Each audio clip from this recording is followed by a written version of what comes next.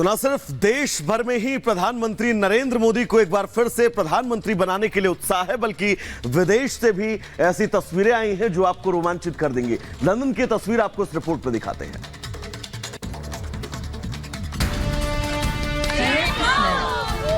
लोकसभा चुनाव के 2 चरण के बाद अब तैयारी तीसरे चरण की है। बीजेपी के तमाम दिग्गज चुनाव प्रचार में जुटे हुए हैं, तो बीजेपी का समर्थन देश के बाहर भी हो रहा है। लंदन में बीजेपी और पीएम मोदी के सपोर्ट में रन फॉर मोदी कार्यक्रम का आयोजन किया गया। एक सुर में मार्च करते हुए प्रधानमंत्री मोदी के प्रति अपना समर्थन व्यक्त किया। इस रन फॉर मोदी कार्यक्रम का आयोजन overseas friends of BJP UK ने किया था, जिसका मकसद चुनाव अभियान के लिए एकजुटता और समर्थन का प्रतीक करना था। हल्की बारिश के बावजूद हाथ में बीजेपी का झंडा और गले में पट्टा पहने मोदी समर्थकों की भारी भीड़ कार्यक्रम में देखी गई। 500 से ज्यादा उत्साही प्रतिभागी इस रन फॉर मोदी कार्यक्रम में शामिल हुए, जो सुंदर मार्ग वेस्टमिंस्टर पियर से शुरू हुआ और लंदन के मध्य से गुजरते हुए टावर ब्रिज पर समाप्त हुआ। Bureau report, Republic Bharat.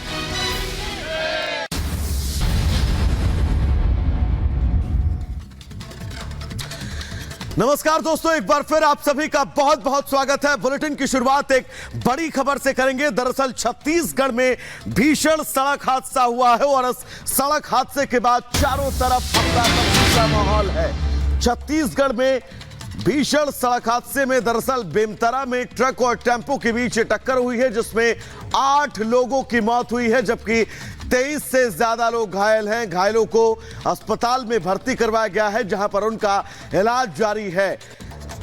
इस हादसे में 8 लोगों के मारे जाने की खबर है, जबकि 23 लोग इस हादसे में घायल हुए हैं। भीषण सड़क हादसा छत्तीसगढ़ के बेमेतरा में, जहां ट्रक और टेम्पो एक दूसरे से टकराते हैं और इस हादसे में 8 लोगों की मौत की खबर है, जबकि 23 लोग घायल हैं, जिन्हें आनन फानन में नजदीकी अस्पताल में भर्ती करवाया गया है, जहां पर उनका इलाज चल रहा है और इनमें से भी कुछ लोगों की स्थितियां गंभीर बताई जा रही हैं।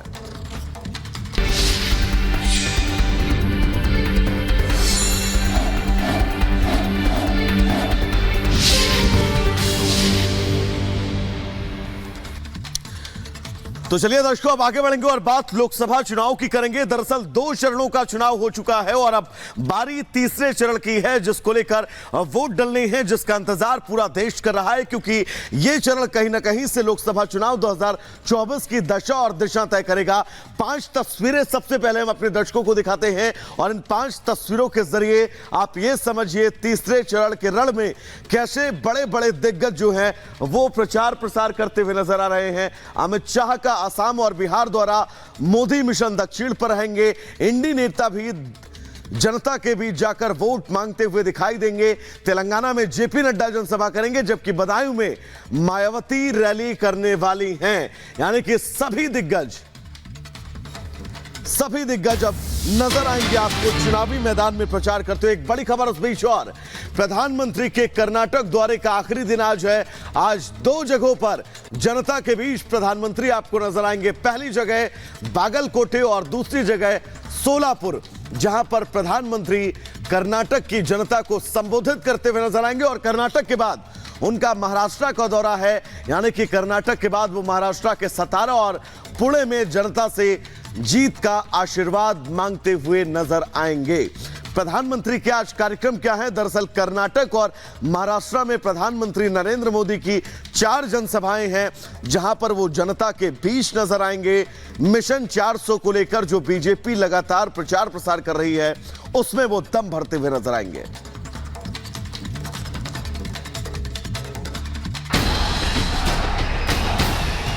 भाइयों बहनों, 26 अप्रैल को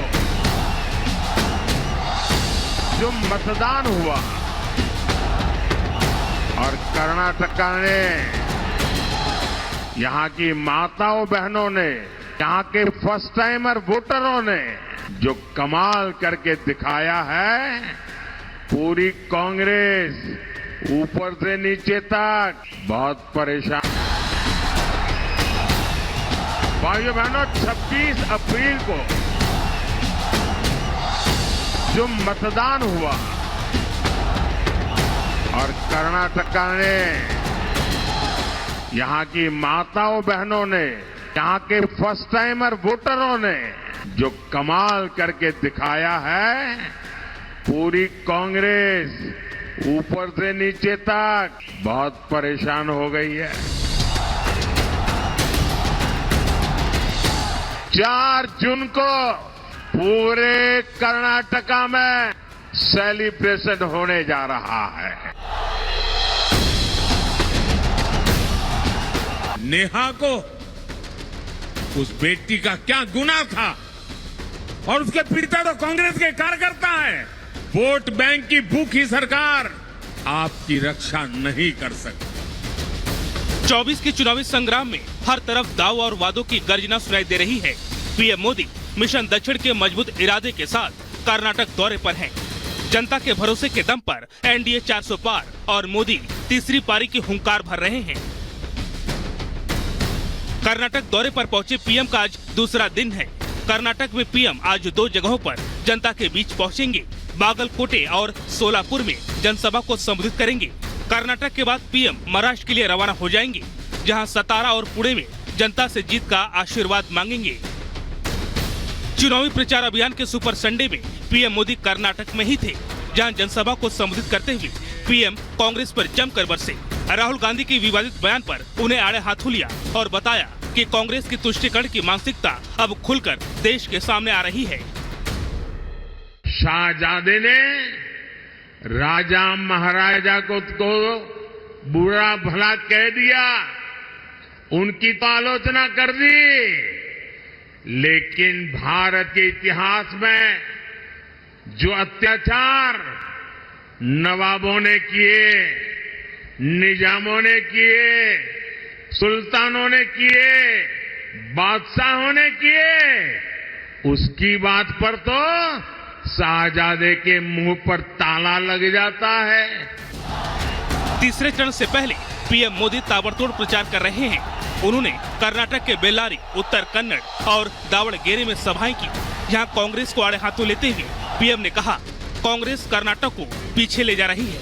मोदी 24 घंटे काम करता है, बिना रुके बिना थके, लेकिन कांग्रेस देश की एकता को ब्रेक करने में जुटी हुई है।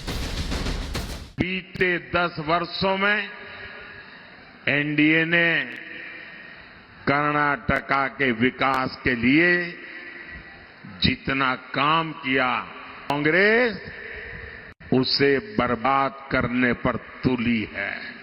वो सुबह शाम तय करते हैं कि नंबर 2 1 को कैसे मारेगा, 1 नंबर तय करता है नंबर 2 को कैसे